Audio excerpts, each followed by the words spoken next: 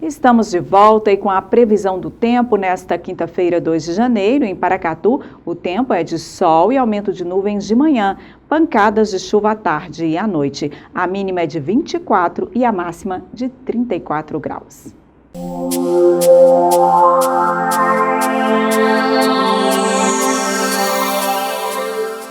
Muita gente espera passar as festas de fim de ano para pegar a estrada e curtir as férias em família. E, mais uma vez, a gente reforça que é preciso fazer a manutenção preventiva do veículo antes de pegar a estrada. A manutenção preventiva é mais econômica e segura para o bom estado do veículo. É isso que pensa seu José Lúcio. Antes de pegar estrada, sempre leva o carro dele para um check-up completo. Muito importante. Importante manter o carro em dia. E o senhor faz a revisão completa ou acaba deixando algum item para trás? Faço completa. Revisão completa.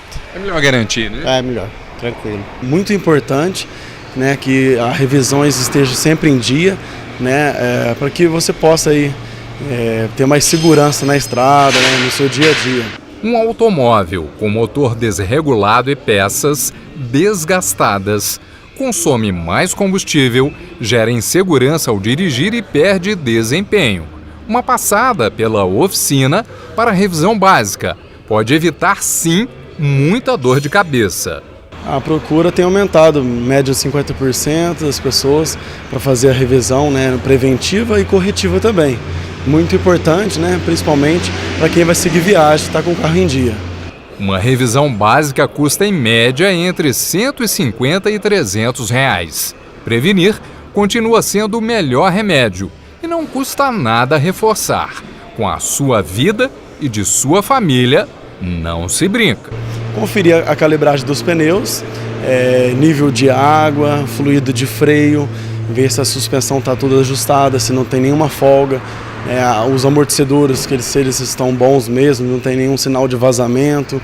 A bateria, se ela está em dia, né? Porque às vezes por um detalhe você pode ficar com o carro na mão aí e estragar uma viagem, né? Dados da Companhia Energética de Minas Gerais, a CEMIG, apontam que a conta de luz dos mineiros é uma das mais caras do país. Isso porque há um grande incidente de ligações clandestinas, conhecidas popularmente como gatos. O prejuízo ultrapassa 450 milhões de reais por ano. Em 2018, foram identificadas mais de 65 mil gatos em todo o estado. O rombo também acontece nas empresas de tratamento e distribuição de água e esgoto. A Copasa, por exemplo, deixou de arrecadar mais de 400 milhões de reais só em 2019. Mas atenção, quem comete esse tipo de fraude pode até ser preso. Esse é um jeitinho que algumas pessoas encontram para não ter que pagar a conta no fim do mês. Além da ligação, o famoso gato, né, que é a ligação direta, tem interferência na medição, que é quando alguém influencia no equipamento diretamente, né? E foi evoluindo com o tempo, né? Eles vão partindo de fraudes de manipulação dos componentes mais simples, né? Fazendo simplesmente a interferência no equipamento de forma mecânica, né? Até para interferência em medidores eletrônicos que são mais avançados. Neste laboratório, os técnicos da Companhia Energética de Minas Gerais trabalham para identificar as fraudes. Todos os meses chegam 10 mil aparelhos com suspeita de irregularidades. Aqui, eles são analisados e é possível ver, inclusive, há quanto tempo ocorre o furto de energia. O leiturista ele identifica um problema na leitura da medição, né? É gerada uma inspeção, o eletricista vai lá, identifica e lavra o termo de ocorrência de inspeção quando detectar alguma irregularidade na medição. Tá? O medidor, quando é no equipamento, o medidor é retirado e enviado para o laboratório e o consumidor ele pode acompanhar essa análise, né, presencialmente aqui no laboratório da CEMIG. Só no ano passado, as ligações irregulares no sistema elétrico representaram um prejuízo de 450 milhões de reais para a CEMIG. A estimativa da companhia é de que, sem as adulterações, a conta de luz dos mineiros poderia ser até 5% mais barata. As fraudes não ocorrem só nas redes de energia. De acordo com a Companhia de Saneamento de Minas Gerais, adulterações nos hidrômetros e ligações clandestinas são o principal motivo de perda da água tratada na região metropolitana de Belo Horizonte. No ano passado, a Copasa deixou de arrecadar R$400 milhões por esse motivo. Hoje, na região metropolitana, nós temos cerca de 250 mil economias de água em situação, avaliadas em situação de gato ou fraude ou factível de água. Isso significa aproximadamente 700 mil pessoas que estão nessa situação. Quem paga água, quem paga energia, paga pelo gato do cidadão sem consciência que está fazendo essa ação, né? Quem comete fraudes desse tipo pode responder criminalmente por meio do artigo 155 do Código Penal. Se o gato ou a adulteração forem comprovados, o cidadão está sujeito a multas e pena de 1 a 8 anos de prisão. Ela pode responder através de duas áreas distintas, na área civil e na área criminal. Na área civil, em razão do prejuízo, sanção pecuniária. Quer dizer, ele terá que pagar pelo consumo que ele não pagou anteriormente e que foi apurado através de uma medida administrativa pelo órgão lesado. Evidentemente, ele será chamado para responder também administrativamente pelo fato. Vamos falar agora de saúde. A natação é uma excelente atividade física. Outro grande benefício que está associado a ela é a prevenção de afogamentos. Por isso, é cada vez mais comum crianças se tornarem público dessas aulas. Pezinhos agitados, sentados um ao lado do outro, aguardando o momento de cair na piscina. Nada pra cá, nada pra lá. A aula de natação parece até brincadeira e os pequenos adoram.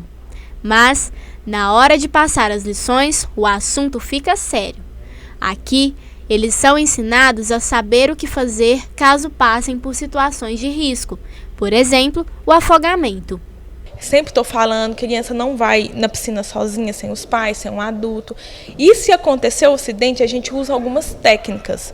Aqui explica para as crianças que se acontecer de cair, de empurrar, para onde elas vão nadar, o que elas vão fazer, porque o afogamento é muito rápido.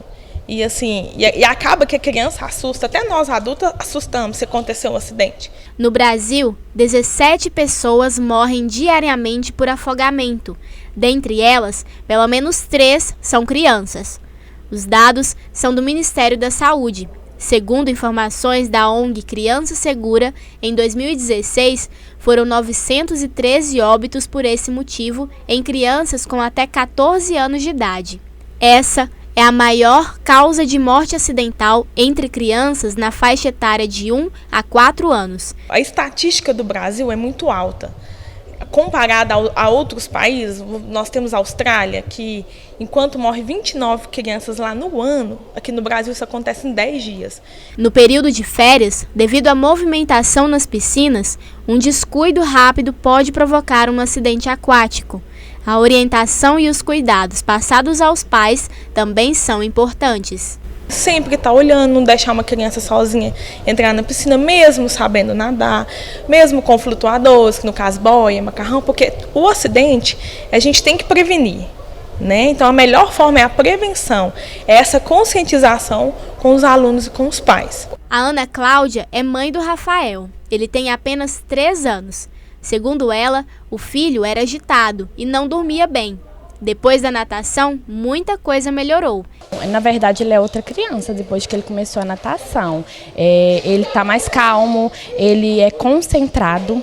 Inclusive, eu levei a uma psicóloga e ela me disse como ele tem a concentração grande, né? Então, assim, hoje ele dorme durante o dia, ele dorme a noite toda, ele mudou, aquela agitação não existe mais. Realmente, ele é uma outra criança depois da atividade. E o resultado realmente foi bom. O pequeno Rafael aprendeu direitinho o que deve ser feito quando estiver na piscina. O que você já aprendeu aqui na piscina? E você pode ficar na piscina sem um adulto por perto? Não. Não pode, né? E quando você cai na piscina, que você estiver lá no meio, o que você tem que fazer? Eu não parede mesmo.